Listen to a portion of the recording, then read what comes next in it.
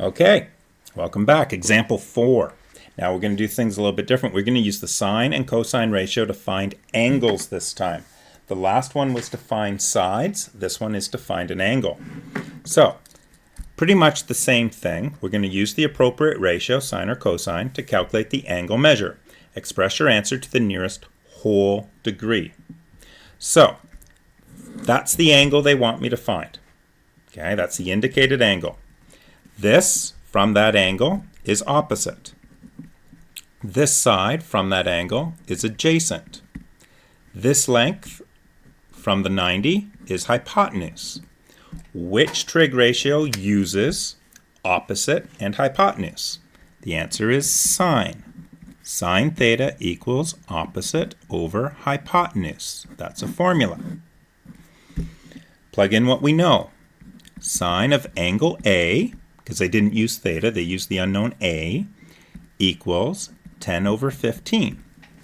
So we do 10 divided by 15 to get a decimal, and it's going to be 0.66666, and it keeps going and going and going.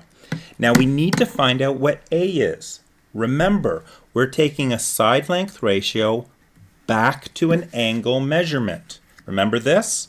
You take the angle, so it's sine of 45, it gives you the ratio. You take the ratio through the inverse, and it gives you the angle. So we have a ratio that we're putting in. So we need to work with the inverse, sine inverse. So I would rewrite that as sine inverse of the ratio. Now, it can either be 10 over 15, or you can write in 0.6666666, anything you want. So 10 divided by 15, 0.66666. Second function, sine, and it tells me that angle A must equal approximately 41.8. We're rounding to the nearest whole degree, so 42 degrees. That's how that works. Let's look at this one. Okay, use the appropriate to calculate the angle measure. Okay, they haven't indicated an angle measure here, which one they would want. That's my fault. I didn't put it in the diagram. So let's find one. Let's do this one. Let's see, opposite. Let's do this one. Let's call that A. Okay, so that'll be hypotenuse.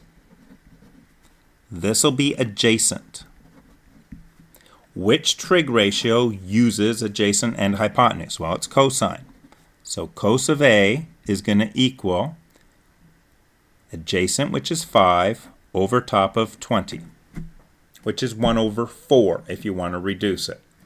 So I need to take a ratio back to an angle measurement. So I have to use cos inverse of 5 over 20. 5 over 20 is 0.25, and second function cosine is 75.5. So angle A equals approximately 76 degrees.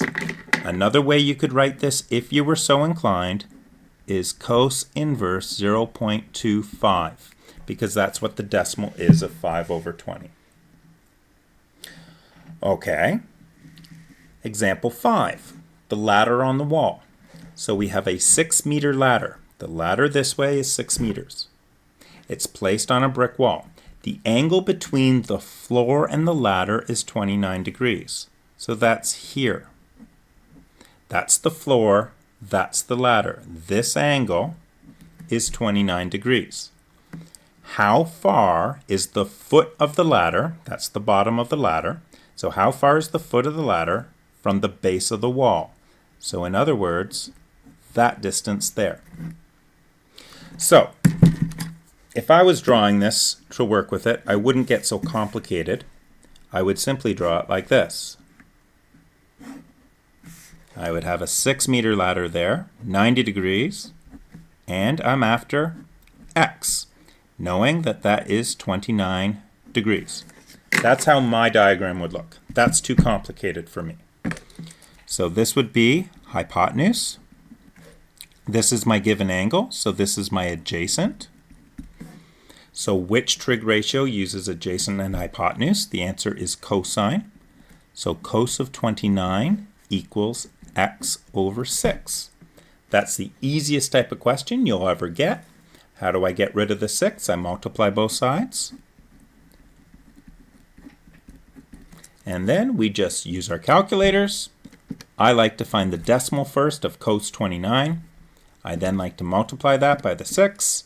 And I get x equals 5.25 approximately. And they are in meters. Okay, we have one last example, I think. Example 6. And here it is. A storm caused a 15-foot hydro pole to lean over. The top of the pole is now 12 feet above the ground. Find the measure of the angle between the hydro pole and the ground. Now, when they say lean over, I got a feeling I'm looking at a hydro pole that's doing something like this. So, there's my hydro pole. There's my ground.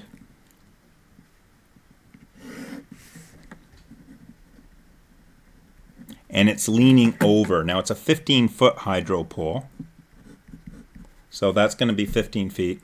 And the height of the pole is now going to be 12 feet above the ground. And that's going to be at a 90-degree angle, right? So that's a 90-degree angle in there, which gives us a hypotenuse. And they're asking us find the measure of the angle between the pole and the ground. So here's the pole, here's the ground, this is the angle of the measure they want, and I'm going to call it theta. So from this angle, this is going to be the opposite side. So the question is, what trig ratio uses opposite and a hypotenuse? The answer is sine. So sine of theta is going to equal 12 over 15. Now notice this is a trig ratio going back to an angle, so we must use the inverse. So using my calculator, I do 12 divided by 15 first, second function, inverse of sine, and therefore angle theta is approximately 53 degrees. So the pole is making an angle of 53 degrees with the ground. Okay, ladies and gentlemen, that's more than enough for a day or two, so we'll post that for you. And if you're working through your questions and you have some homework, please send off an email to me, and we'll go from there. Next time I'll talk to you directly will be on Tuesday after Easter. Enjoy the long weekend, and I'll talk to you soon.